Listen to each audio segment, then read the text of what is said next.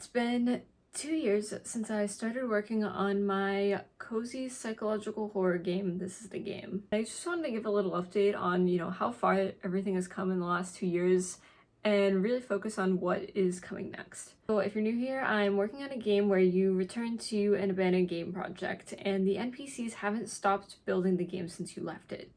In this game, you can explore the world that you left behind, meet the NPCs who have been both awaiting your return and wishing that you just left them behind. The gameplay will revolve around helping the NPCs to contribute to rebuilding the game. To do so, you'll need to collect resources from the game and craft items, which will allow you to access resources and craft. You can help them and they can help you. The journey for making this game has been challenging. I do not work on this game full time, but I work on it as much as I can, dedicating every night and weekend to just progress. I feel like the progress has been slower than I want it to be, but it's just due to a lack of time, not motivation. So over the past 2 years, I've really been able to kind of solidify and narrow down the vision that I have for the game. I now have a very clear direction for the art style of the game, as well as what I want the gameplay mechanics to be. My goal for the past while has been to develop a polished working demo of the game, a vertical slice that encapsulates all of the core elements and systems. And that is really what I've been working towards these past 2 years, especially the past year, just getting all of the core systems for this game in place so that I can make the demo. Right now, I'm focusing on the experience of just the first day in the game. And what's challenging about this type of game and creating a demo for it is that it's more of an open world, open-ended type of experiences. That means a lot of the focus of the game and the gameplay revolves around the content of the game. So to even start, making a basic demo, I need to have most of the core systems pretty much completely fleshed out in the game. Never mind all of the content that I'm gonna need to add later. So I wanted this devlog to mostly focus on just what I've been working on, the core features for the demo, and then also kind of just what I have planned as well for the future. I'm really just, pushing for this demo to be polished, completed in the next couple months. There has been a lot of stuff that I've completed, it just needs a little bit of polish. So the core gameplay features that I'm planning for the demo are first collecting. So different bugs, plants, items are going to spawn in parts of the main world map, with varied spawn rates to make, exploration and collecting a little more interesting. Upgrading structures. Both the player and the NPCs will be able to contribute to building upgrades, and these upgrades will unlock new features and make crafting more efficient. Crafting is going to allow the player to create better tools and items. You can even place them in shared chests for the NPCs to use, which kind of fosters this little sense of cooperation. The stat system. The player and the NPCs will have stats that naturally decay over time, creating a need to gather food and supplies, not just for yourself, but also for everyone. And then the NPCs, which is the thing that I've been working on the most probably. I spent almost 6 months of the first year of the game making a ghost system for the NPCs. I want really complex, interesting NPCs that feel very alive in this game. So I've been working I'm planning on working on things like the dialogue system, early cutscenes, and then just really polishing the NPC ghost system, which is going to be challenging because that system is a little bit unpredictable. Next up is the environmental change system. I will not have seasons in the game, but instead I want to have the environment change based on actions taken by both the player and NPCs. So if the NPCs or the player make bad decisions, the environment is going to start to reflect that. And opposite, if they make good decisions that are for the benefit of the game and the community and the other NPCs in the game, the environment will change to be a little bit, prettier. And this also ties into another system that I want to have for the demo, which is the morality system. So this will directly tie into those environmental changes, having a way to kind of track what decisions the players and the NPCs make. Then also just small interactions with the game world, things like bug catching, fishing, and just being able to do bad stuff in the game, or good things as well. And then the early quest and cutscenes. So there is a starting plot in the beginning of the game that I have planned out that revolves around the NPCs trying to elect a new mayor. And I've implemented the first intro cutscenes to the game, but I want to definitely expand on this a little bit and have the player have a little bit of direction at least when they're playing the demo. And then also the last thing is the corruption events. Game will not have a traditional day-night cycle. Instead, it relies basically on a timer system where towards the end of the day, the game will get more and more corrupted, eventually needing to just reset. You won't reset your progress though or anything like that. Everything will still stay on the map. So I think these are the key things that I really would like to work well and be very polished for the demo.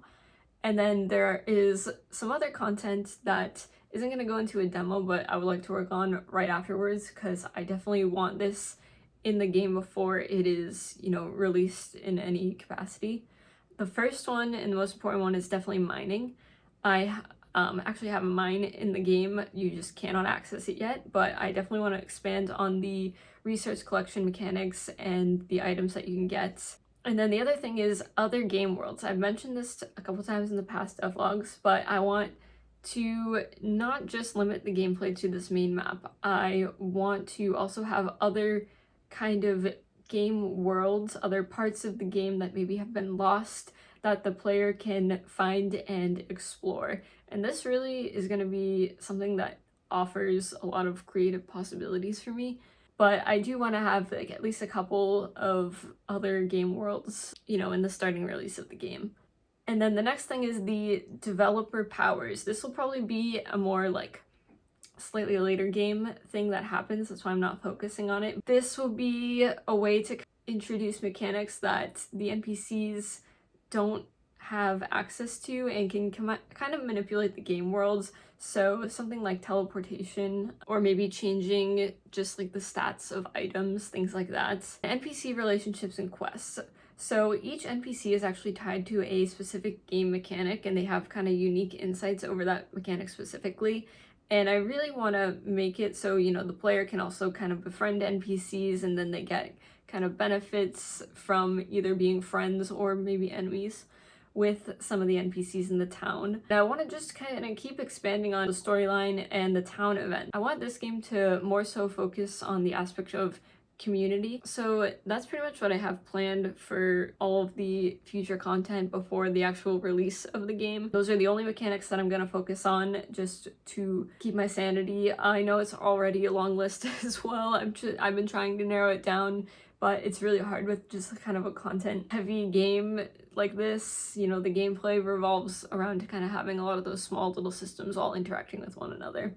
And there might be one that you noticed is missing that I didn't mention, and that is farming. I don't think this game needs farming, honestly. I would, like I said, would rather focus on the community and the rebuilding aspect of the gameplay.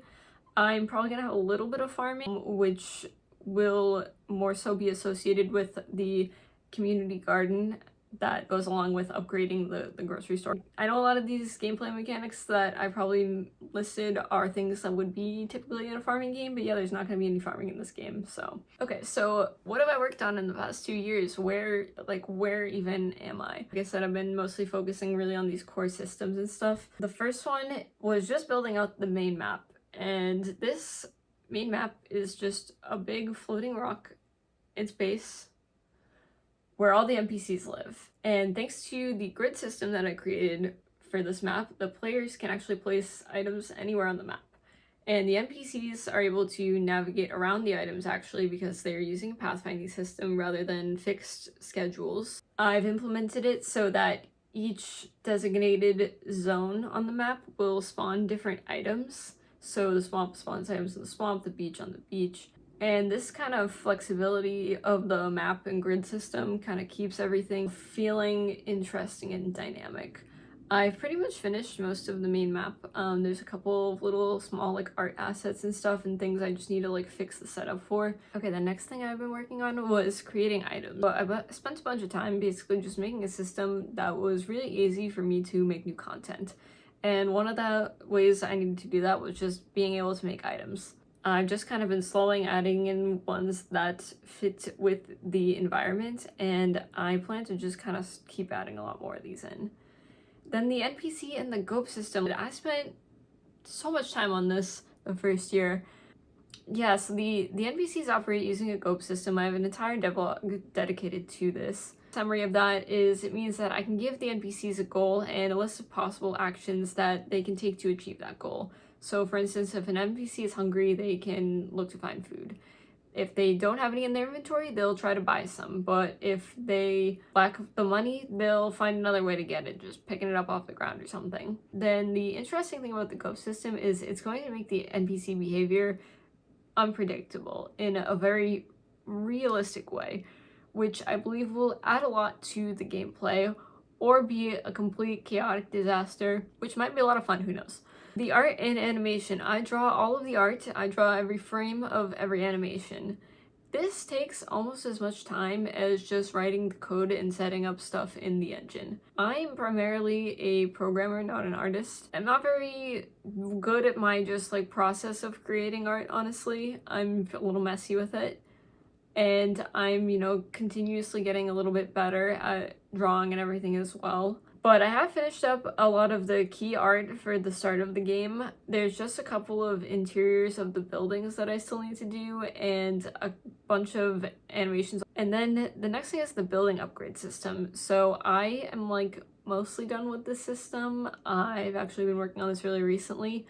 Honestly, this might not even need to be in the demo, I don't know, but I already did it. Not only do you unlock new features, but also the art generally is gonna get better. A lot of the buildings that I want you to be able to kind of upgrade really early on are very early sprites that I drew, and they're not as good as some of the newer ones. So some of the really early building upgrades are gonna kind of mostly be like an art upgrade with a couple of new features. Environmental changes. I have not implemented this system nor the morality system yet. That is pretty much the next thing I'm going to be focusing on. I do have some of the sprites for what I kind of want the darker environments to look like, as well as the lighter, kind of nicer environments. But overall, I don't have any way to track exactly what the player is doing nor a way to rank if that is good or bad necessarily. So that's a mechanic that I'm going to be working on next, and that's probably going to take a little bit, because how do I categorize like what's good and bad? And then the other thing that I don't have is the NPC dialogue system. I don't have this at all really yet. You can see from some of the old videos there are kind of snippets where the NPCs do have dialogue that pops up. Kind of was all done with a package though that I'm not going to be using. I'm going to be building out my own dialogue system that integrates a lot better just with all of the stuff that I've built out. I don't actually use any packages pretty much in my game. There's only like 3 I think I use.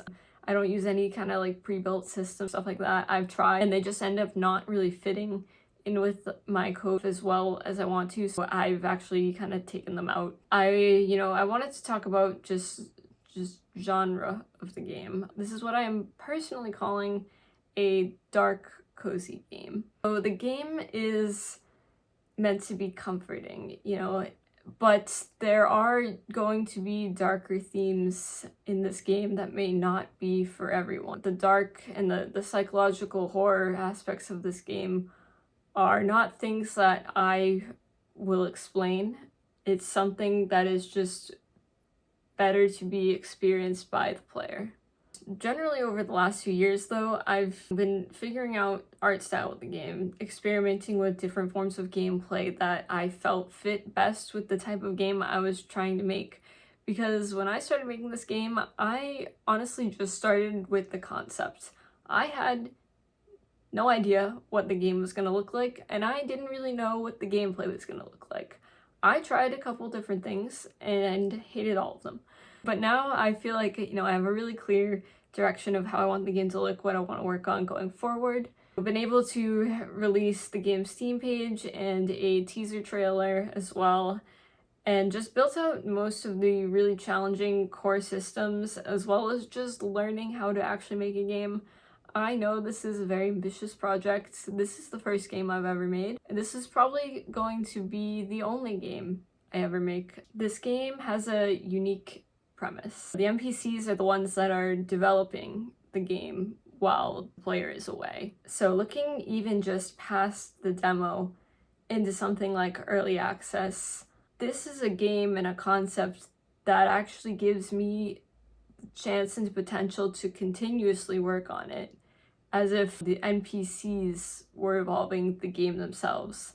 I worked really hard to structure the core of the game, including the save system, so that future updates are not going to break anything. This really allows me to take this game anywhere. I know that this is going to be a long-term project. Like I said, I'm 2 years in, and I wish the game was further, that's all I can say. But at the same time, I don't see myself ever honestly working on a different game. This game means a lot to me, and there's just a lot of potential for this game to kind of keep evolving and growing just as much as I'm able to do so.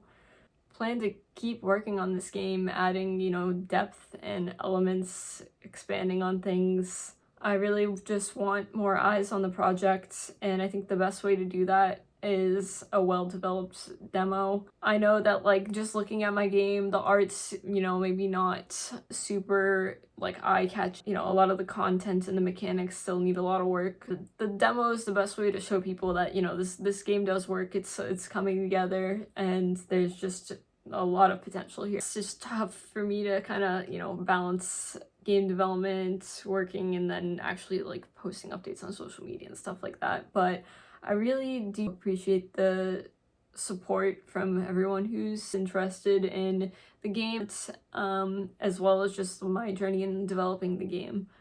Last thing is, I've been working on this game for 2 years. It's been a long time, but I just want to, make something that truly, connects with people. I thank you for your patience, your interest, your support, and I'm excited to share more of This Is The Game. It evolves. Stay tuned for more updates. Bye.